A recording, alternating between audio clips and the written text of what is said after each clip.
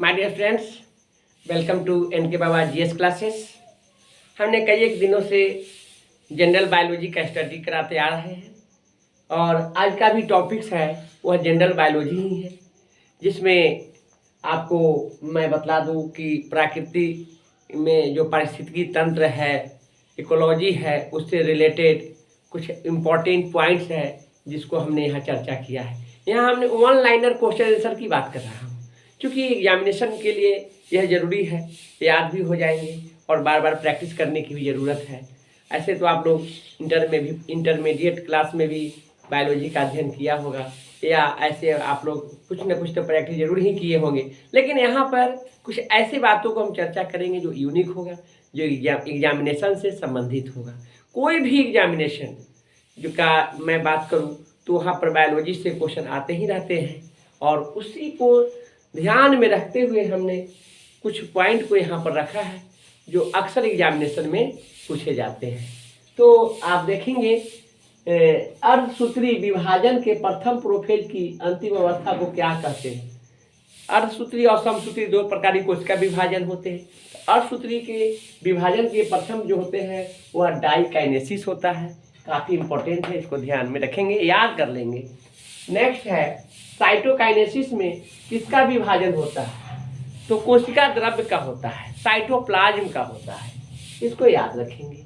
प्रयोगशाला में सर्वप्रथम डीएनए का संश्लेषण किसने किया, हरगोविंद सिंह खुराना, ये काफ़ी पॉपुलर है, वे नोबेल प्राइज पाए हैं, जो हरियाणा के रहने वाले वैज्ञानिक थे जिन्होंने जेनेटिक पर काफ़ी शोध किया है, रिसर्च किया है, तो वह है हरगोविंद सिंह खुराना।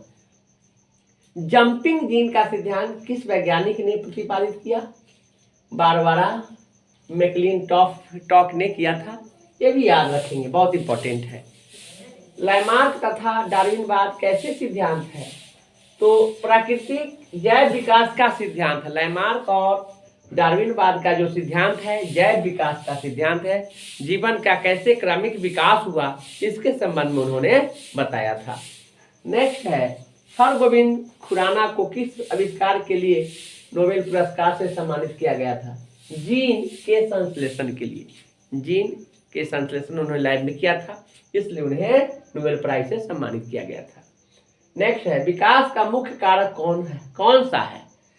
विकास का मुख्य कारक जो है प्राकृतिक वरण है, प्राकृतिक चयन है ना, तो नेचुरल सिलेक्शन जिसको कहते हैं वह है, इसको ध्यान में रखेंगे।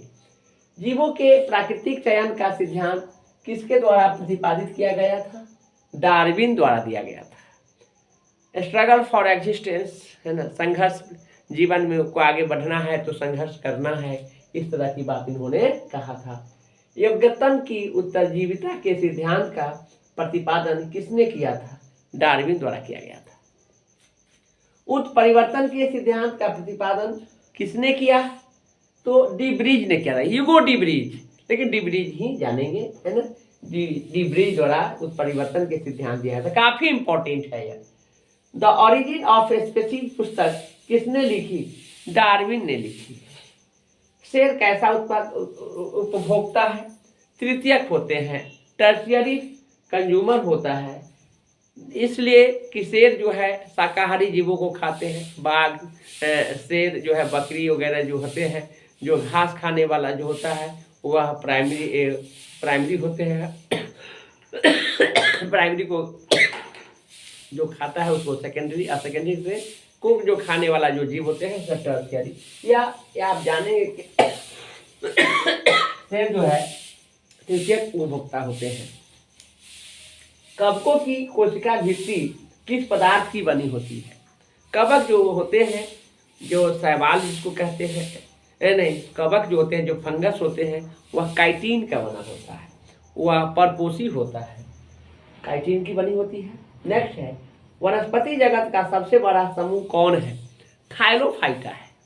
थाइलोफाइटा जो आपको लोअर प्लांट्स के अंतर्गत पढ़ना है, ट्रायोफाइटा, ब्रायोफाइटा, टेरिडोफाइटा, जिसमें जो आप देखेंगे शैवाल वगैरह आता है ना, तो वह थाइलोफाइटा के अंतर्गत होता है। जो सबसे बड़ा वह उसका क्या है, आपको वनस्पति जगत का समूह होता है। तो इस प्रकार कुछ इंपॉर्टेंट क्वेश्चन को आज हमने रखा है, इसको याद रखेंगे। नेक्स्ट क्लास में हम आगे का नए टॉपिक्स के साथ हम शुरुआत करेंगे।